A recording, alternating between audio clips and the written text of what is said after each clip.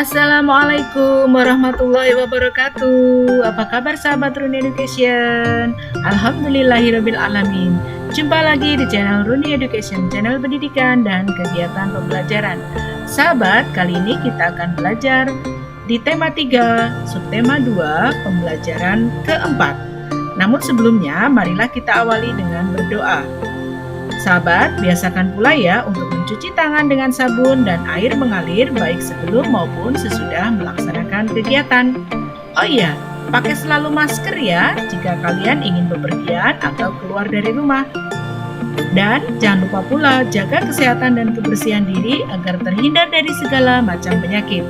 Baiklah sahabat, untuk lebih jelasnya lagi, yuk kita simak pembelajaran berikut ini. Tujuan pembelajaran kita kali ini, setelah kalian berdiskusi, kalian mampu mengidentifikasi contoh pelaksanaan kewajiban dalam kehidupan sehari-hari dengan terperinci, dan kalian mampu menjelaskan dampak dari melaksanakan dan tidak melaksanakan tanggung jawab terhadap kewajiban dengan terperinci. Setelah kalian berdiskusi, diharapkan kalian mampu mengidentifikasi dan menulis informasi penting dari teks eksplanasi yang dibaca tentang penemuan dan manfaatnya dengan menggunakan kalimat efektif yang benar. Pada pertemuan sebelumnya, kamu telah belajar tentang penemu jam. Salah satu manfaat dari penemuan jam adalah membantu kita disiplin terhadap waktu. Bagaimana dengan kamu? Apakah kamu sudah disiplin waktu? Ayo menulis. Pernahkah kamu datang terlambat ke sekolah? Jika tidak pernah, kamu dapat menceritakan pengalaman datang terlambat pada saat bertemu teman dan lain-lain. Tulislah pengalamanmu datang terlambat ke sekolah. Kapan kamu terlambat datang ke sekolah? Mengapa kamu terlambat? Siapa saja yang kamu rugikan saat kamu terlambat? Ketika kamu terlambat, adakah dampaknya bagi kamu? Apakah ketika kamu terlambat, kamu sudah mengambil hak temanmu untuk belajar dengan nyaman? Apakah ketika kamu terlambat, kamu sudah mengambil hak gurumu untuk mengajar dengan nyaman? Apakah ketika kamu terlambat, kamu belum melaksanakan kewajiban untuk menjadi pelajar yang disiplin? Apa yang menjadi rencanamu supaya kamu tidak terlambat lagi? Datang tepat waktu ke sekolah adalah salah satu kewajiban kita sebagai pelajar. Ketika kita tidak melaksanakan kewajiban itu, akan membuat orang di sekitar kita menjadi tidak nyaman. Ayo laksanakan kewajibanmu dengan tanggung jawab ya. Perhatikanlah gambar-gambar berikut ini, kemudian amati. Apakah mereka sudah melaksanakan kewajibannya dengan penuh tanggung jawab?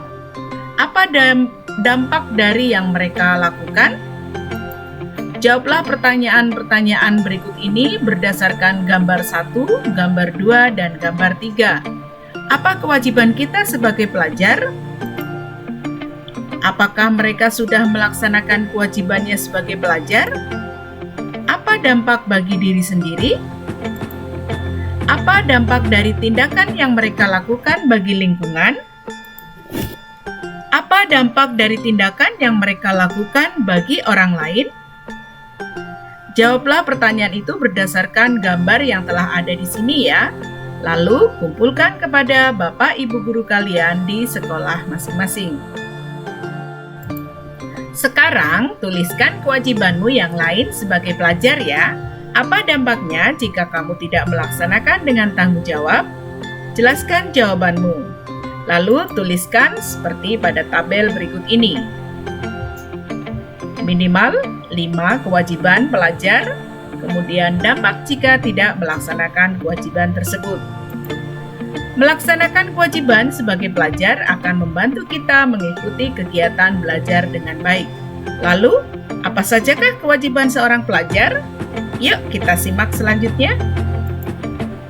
Kewajiban seorang pelajar harus taat kepada guru dan kepala sekolah. Ikut bertanggung jawab atas kebersihan, keamanan, dan ketertiban sekolah. Ikut bertanggung jawab atas pemeliharaan gedung, halaman, perabotan yang ada di sekolah. Membantu kelancaran pelajaran di kelas. Ikut menjaga nama baik sekolah, guru maupun pelajar lainnya, baik di lingkungan sekolah maupun di luar sekolah. Menghormati guru dan saling menghargai antar sesama murid. Melengkapi diri dengan keperluan sekolah. Murid yang membawa kendaraan harus meletakkan kendaraannya di tempat yang sudah ditentukan. Ikut membantu agar tata tertib sekolah dapat berjalan dengan lancar. Memakai pakaian seragam sekolah sesuai dengan hari yang telah ditentukan. Murid berkewajiban untuk mengikuti upacara pengibaran bendera merah putih yang diselenggarakan. Memberikan keterangan sakit, izin, atau alpa dari orang tua bahwa Anda berhalangan untuk sekolah. Dan yang terakhir adalah murid-murid wajib mengikuti pelajaran dan ulangan di sekolah. Ayo berlatih. Pada pembelajaran 1, kamu telah membaca teks tentang si kotak ajaib. Kamu telah menemukan kalimat tidak efektif pada teks tersebut. Apa itu kalimat efektif? Kalimat yang efektif mengungkapkan gagasan sehingga mudah dipahami. Bagaimana ciri-ciri kalimat efektif? Yang pertama, kesepadanan struktur, keparalelan bentuk, ketegasan makna, kehematan kata, kecermatan penalaran, kepaduan gagasan, dan kelogisan bahasa. Unsur-unsur dalam kalimat efektif meliputi subjek atau S adalah bagian kalimat yang menunjukkan pelaku, tokoh, atau sosok, atau benda. Predikat atau P adalah bagian kalimat yang memberitahu melakukan sebuah tindakan. Pelengkap atau pel atau komplement adalah bagian kalimat yang melengkapi predikat. Objek atau O adalah bagian kalimat yang melengkapi predikat. Dan terakhir adalah keterangan, disingkat KET, adalah bagian kalimat yang menerangkan berbagai hal mengenai bagian kalimat yang lainnya. Di sini keterangan dibedakan menjadi dua, yaitu keterangan tempat dan keterangan waktu. Perhatikan contoh kalimat efektif berikut ini. Para tamu-tamu duduk di kursi. Bagaimana menurut kalian? Sudah efektifkah kalimat ini? Yuk, kita simak penjelasannya. Perhatikan kata para. Apa makna dari kata para?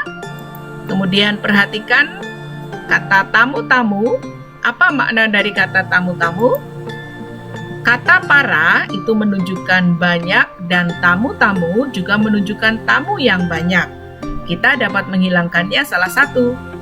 Contoh kalimat efektif yang pertama diubah menjadi tamu-tamu duduk di kursi. Atau kalimat efektif yang kedua, para tamu duduk di kursi. Nah, sekarang ubahlah kalimat tidak efektif yang kamu temukan pada teks si kotak ajaib menjadi kalimat efektif. Buatlah tabel seperti ini. Kalimat tidak efektifnya apa? Kalian tuliskan.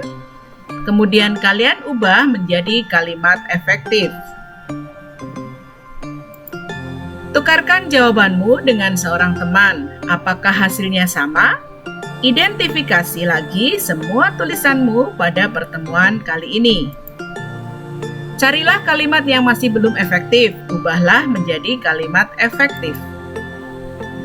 Nah, sahabat, sekarang jawablah pertanyaan ini setelah kalian mempelajari kalimat efektif.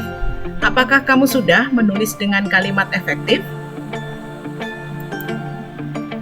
Bagian mana dari tulisanmu yang masih perlu diperbaiki?